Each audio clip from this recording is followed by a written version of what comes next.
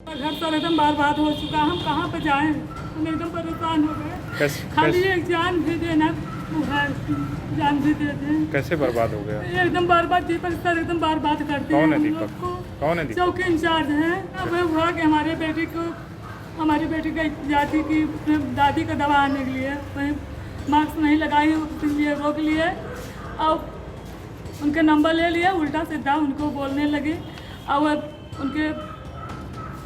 उनके number block कर दिए। उसी के लिए हमारे बेटी को बहुत परेशान कर दिया, हमारा घर एकदम बर्बाद कर दिए। हम लोग को परिवार को जेल कटाए और मारे, सब लोग को मारे हैं।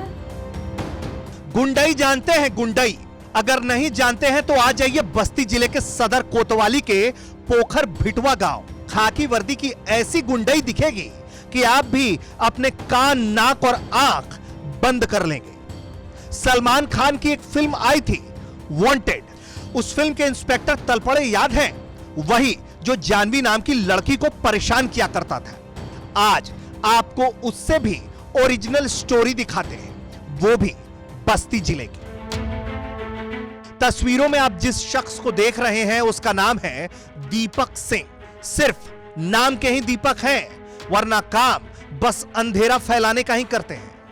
फोटो में ये जितना रंगीन दिख रहे हैं उससे ज्यादा रंगीन मिजाज है हुजूर। शायर तो कातिलाना है। मिर्जा गालिब जिंदा होते तो तुरंत 2459 बरादरी बल्ली मारान नई दिल्ली 110006 वाली पैतृक हवेली इनके नाम कर जाते। क्या लिखते हैं हुजूर, जरा व्हाट्सएप मैसेज की ये दर्द भरी शायरी सुनिए। जिंदगी में एक ऐसा हमसफर चुनिए जो बातों से पहले आपकी खामोशी समझ ले। खैर, शायरी में तो कोई बुराई नहीं है, लेकिन यह मैसेज एक ऐसी लड़की को भेजा गया है जिसने आरोप लगाया है कि महज मास्क नहीं पहनने की वजह से उसे पहले रोका गया, फिर उससे नंबर लिया गया और बाद में उसे मैसेज करके परेशान किया जाने लगा। जब लड़की नहीं मानी तो अलग अलग मुकदमे करवाकर उसे और उसके परिवार को परेशान किया गया और जेल भी भेजा गया। किसी पुलिस की निर्लज्जता की ऐसी कहानियां बहुत कम देखने को मिलती हैं। यकीन नहीं हो रहा तो एक बार पीड़िता की मां को सुनिए और महसूस कीजिए उनके आंसुओं को जो बेबसी और लाचारी बनकर आंखों से बह रही है। एकदम बर्बाद हो चुका, हम कहाँ पे जाएं, हम एकदम परेशान हो गए। खाली एक जान भी देना, वो है जान भी दे दें। कैसे बर्बाद हो गया? ये एकदम बर्बाद, दीपक सर एकदम बर्बाद करते हैं। कौन है हम दीपक? लोग को कौन है दीपक? चौकी इंचार्ज हैं। कहाँ पे थे? सोनू पारी। कैसे ये घटना हुई? घटना हुआ कि हमारी बेटी का जाति की दादी का दवा आने के लिए वहीं मास्क नहीं लगाई, इसलिए रोक लिए और उनके नंबर ले लिया, उल्टा सीधा उनको बोलने लगी और उनके नंबर ब्लॉक कर दिए। उसी के लिए हमारे बेटी को बहुत परेशान कर दिया, हमारा घर एकदम बर्बाद कर दिए। हम लोग को परिवार को जेल कटाए और मारे, सब लोग को मारे हैं। छोटे छोटे बच्चे के भी मारे हैं, जब पूछ लीजिए यहाँ पर हैं हमारे बच्चे, बहुत मारे हमारे बच्चे के भी। हमारी बेटी की शादी भी नहीं हो रहा है। क्यों नहीं हो रहा है? उनके ऊपर इतना मुकदमा हो गया है, उसी के लिए। पहले से हमारे बेटा सबके बहुत अच्छे थे, कोनो मुकदमा नहीं था, कोनो कुछ था। अगर हुड़ दबंग वाले दरोगा जी के और कारनामे सुनने हैं तो एक बार पीड़िता को सुनिए कि आखिर पूरा मामला क्या हुआ था और कैसे उन्हें परेशान किया गया। हमारे परिवार के साथ अंग्रेजों से ज़्यादा जाति की है। पुलिस हमारे परिवार को सुसाइड के मोड़ पे लाके खड़ा कर दी है। पुलिस हम लोगों को कुछ भी मान सम्मान इज्जत सब कुछ ख़त्म कर दी, जान बचाए वो भी लेने पे तुली है। आज भी सारी पुलिस फोर्स हम लोगों के खिलाफ ही है। हम लोगों का कहीं भी कुछ भी सुनवाई नहीं हो रहा है। राज्य महिला आयोग में हम लोगों की सुनवाई हुई है, वहाँ सुनीता बंसल मैडम है, वही हम लोगों की भगवान के रूप में आई हैं, वही सब कर रही हैं। कौन था वो व्यक्ति? चौकी इंचार्ज दीपक कुमार सिंह एसआई थे। वो हमारे पास मार्क्स चेकिंग के दौरान हमारा नंबर लिए, फ़ोन मैसेज उल्टा सीधा मैसेज करना चालू किए, हम उनको ब्लॉक कर दिए। इसी में बौखलाए वो हमारे पूरे परिवार के ऊपर 8 मुकदमा कर चुके हैं, अनेकों धाराएं लगा चुके हैं। देशद्रोह और कुख्यात अपराधी का नोटिस हमारे घर पे लग गया है। हम लोगों की शादी, हमारी बुआ की लड़की की शादी होने वाली थी, उनकी छोटी बहन की शादी की गई, उनका शादी कैंसिल हो गया, हमारी शादी कैंसिल हो गई। हमारा पूरा परिवार तबाह बर्बाद हो गया। बस थोड़े से न्याय की उम्मीद है कि हम लोगों को कहीं से न्याय मिलेगा। अगर नहीं मिला तो सुसाइड के अलावा और कुछ हम लोगों के पास चारा नहीं है। अब तो आपने पीड़िता को सुन लिया, अब चलिए आपको बस्ती के एसपी हेमराज मीणा को सुनाते हैं। इस मामले को लेकर जब हमने बस्ती के एसपी से बात की तो उनका कहना था कि पिछले साल यह मामला उनके संज्ञान में लाया गया था। उन्होंने मामले की जांच करवाई और आरोपी थाना अध्यक्ष को लाइन हाजिर कर दिया। बाद में इस मामले की जांच हुई तो पता चला कि पीड़िता के परिवार के ऊपर एफआईआर गांव के लोगों ने करवाया था और जांच में यह भी पता चला कि जिस नंबर से पीड़िता को मैसेज किया गया वो थाना अध्यक्ष दीपक सिंह का नहीं था।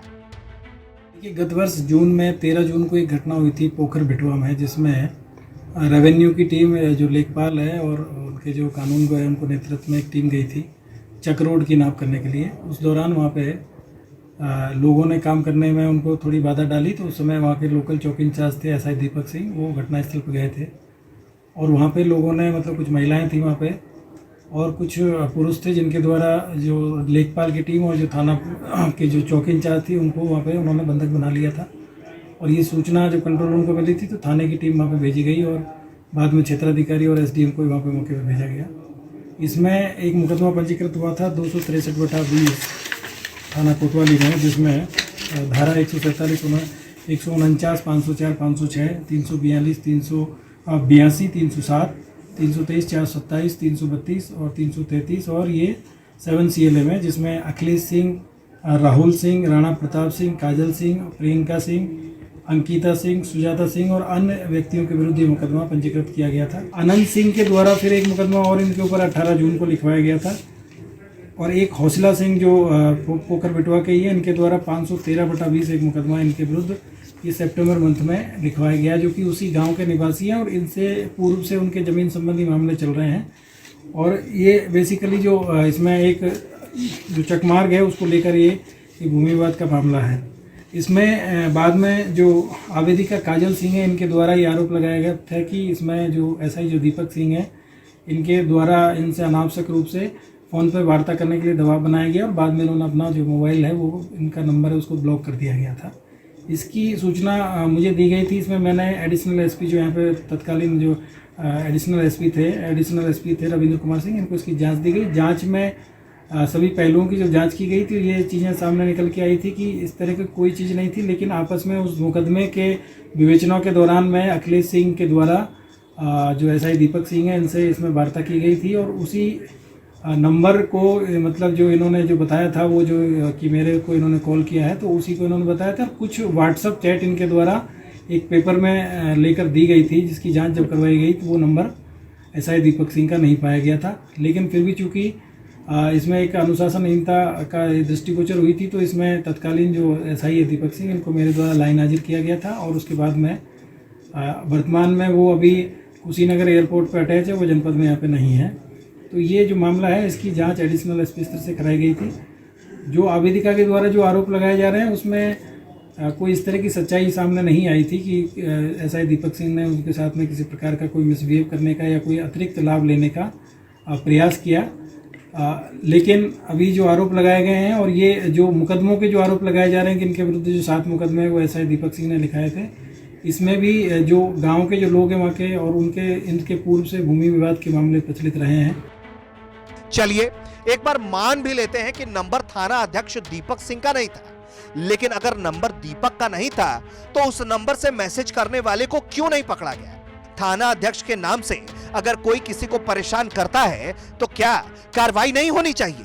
पीड़िता के परिवार वाले बार बार आरोप लगाते रहे, लेकिन थाना अध्यक्ष दीपक सिंह के खिलाफ कोई एफआईआर नहीं की गई। कसम से यूपी पुलिस दुनिया की अलबेली पुलिस है जो बिना एफआईआर के ही जांच कर लेती है, रिपोर्ट तैयार कर लेती है और बिना किसी को जानकारी दिए मामले का निस्तारण भी कर देती है।